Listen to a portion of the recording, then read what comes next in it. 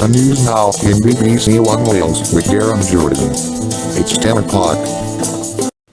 The inquiry starts into how the space shuttle Columbia blew up over Texas. The search for evidence, a huge task to recover the charred and mangled wreckage. America in mourning, President Bush will lead a memorial service on Tuesday. Detaining asylum seekers, now the Archbishop of Canterbury supports the idea. And after the news on a special edition of Panorama, I'll be putting your questions to top BBC correspondents about the prospect of a war with Iraq.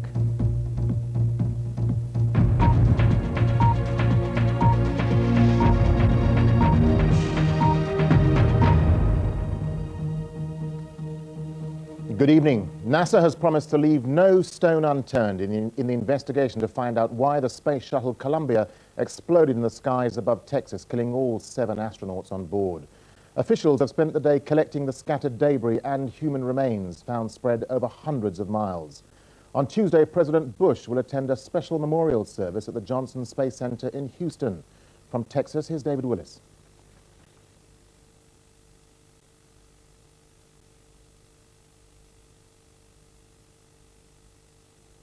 Well, we're obviously having problems with David Willis's package. We'll try and come back to that just a little bit later in the programme. But let's move on, shall we? Because investigators are examining everything from spy satellite images to every piece of debris from the stricken spacecraft. In particular, they're focusing on whether the shuttle's left wing may have been damaged during its launch last month. Our science correspondent, David Shookman, reports. This is how space shuttles are meant to land. An elegant descent to the runway, the heat shields intact. That's the dark material underneath the spacecraft. And inside, the crew safe and sound. All eyes are now on tapes of Columbia's launch last month. What happened here may have sealed the crew's fate. A piece of insulation broke away and hit the left wing, which at the time didn't seem serious.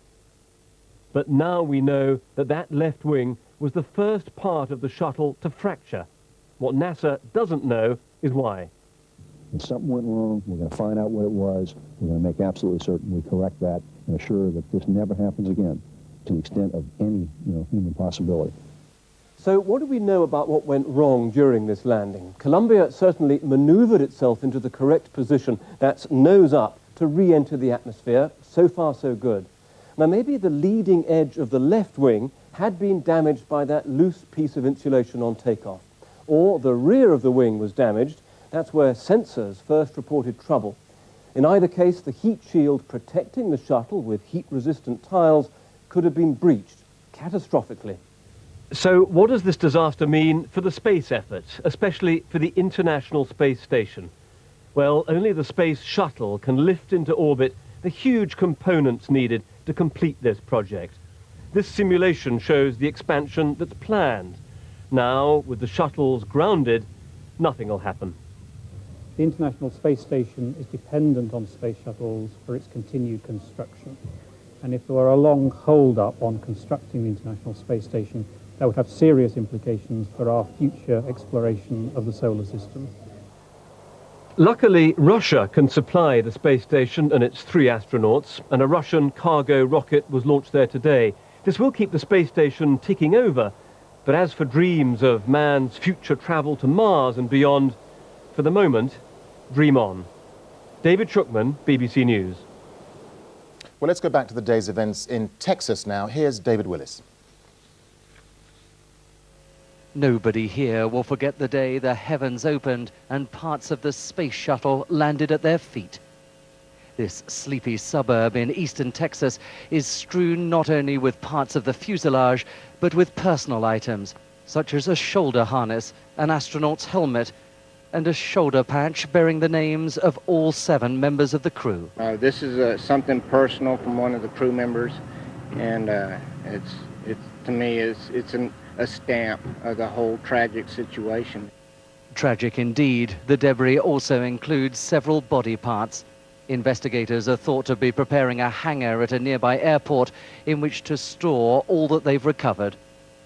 For people here, the episode began with a sonic boom as Columbia re-entered the Earth's atmosphere, followed by the violent shaking of their homes.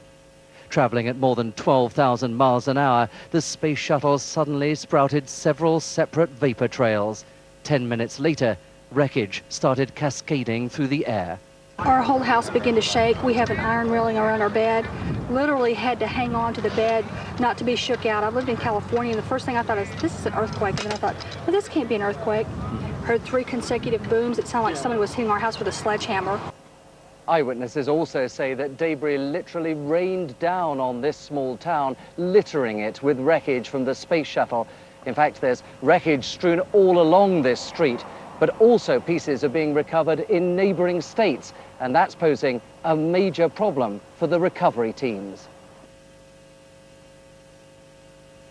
It's a massive undertaking, searching forests and fields for key pieces of wreckage, some as small as a pebble, others virtually the length of a car. Officials concede it's a mission that will last for months and possibly years. There's a number of remote areas, national forest, private forest property in our county, and there's debris that we're not going to find anytime soon. Nobody here can believe that Columbia's voyage has ended in tragedy over Texas. The battle now is to establish what went so badly wrong 40 miles above the Earth. David Willis, BBC News, Eastern Texas. President Bush has led the United States in prayers as the astronauts were remembered in special services nationwide. Our correspondent Nick Bryant reports from Cape Canaveral in Florida, where the shuttle was due to land. This is a community which believes the future belongs to the brave, that the conquest of space is worth the risk to life. Since early this morning, thousands have come to the astronaut memorial at Cape Canaveral's Kennedy Space Center, a place where they honor the brightest and the best. It's a very hard day. We watched it go up on January 16th. It's very sad to see all this. I look forward to seeing the next one go up, and the one after that, and the one after that, and knowing that they all will come back. You think that'll happen? Yes, sir, without a doubt. This monument commemorates the lives of 17 spacemen and women lost over the past 30 years. Another 7 names will soon be chiseled on the wall. We've been through this before, and it hurts, and it takes a long, well, you don't ever get over it, but it takes a long time for the hurt to go away. At church services this morning, people found it hard to contain their emotions. Virtually everyone here is connected in some way with the space program. Some were engineers who'd helped in the refit of Columbia. Privately, they told us their grief was tinged with guilt, that they'd somehow failed the crew. We have eternal life. Here at Cape Canaveral, there are worries for the future of the local economy. 12,000 jobs were lost when the shuttle program was grounded the last time. This right now, a community torn between dread and desire, desperate to get the shuttle back into space, fearful of the grave risks that involves. Nick Bryant, BBC News, at the Kennedy Space Center, Florida. Well, let's talk to our Washington correspondent, Matt Fry, who's at the White House now. Matt, we understand that the NASA press conference has just started. Are there any signs they're making progress at all? I'm afraid I can't tell you. It's literally started this second. I think one encouraging thing is that there was so much data from the space shuttle that would have been stored at mission control. It's not like the crash of an airplane where you have to look for the black box. The black box is already in mission control itself and all the data that's come in from the space shuttle. So they're already being able to look at what may have gone wrong. But what the conclusions are, we simply can't tell at this stage. Matt Fry at the White House, thank you very much indeed. In Germany, Chancellor Schröder's Social Democrats have suffered crushing defeats in 2 state elections. The Chancellor has won support for his opposition to a war against Iraq, but that failed to win over voters.